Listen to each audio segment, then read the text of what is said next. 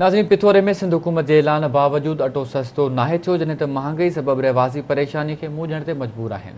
इन हवाले से वीडियो लिंक मौजूद है। गुलाम कादिर आरिसर जी। गुलाम कादिर पिथोरा शहर में जिते गवर्नमेंट तरफा जो अटे रेट 1640 रुपया मुक़रर किया है, जैसे त हींअर ताईं उन ते को बि अमल ना थी सघियो ऐं साॻी रेट में जो अटो विकिरो कयो पियो वञे।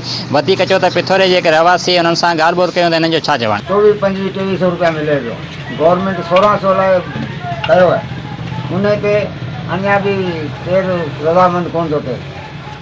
असीं हाणे ग़रीब माण्हू 100 रुपया कमाइण वारा किथां वठी अचूं। इहो गवर्नमेंट ऐलान कयो, कल बि आयो, ग़रीब माण्हू खे कोन मिले पियो ऐं जेके सुठा असांजा टकिन वारा खड़े था वञनि। गवर्नमेंट जे तरफ़ां जेको रेट अटे जो मुक़ररु कयो आहे, उन ते असांजे पिथोरे शहर में अमल नथो थिए। 15 ॾींहं में 14 कटा कणक जा ॾियनि था, हीउ तमामु घटि आहे ऐं घटि में घटि असांखे 50 कटा ॾिना वञनि 15 ॾींहं में, सम्झा।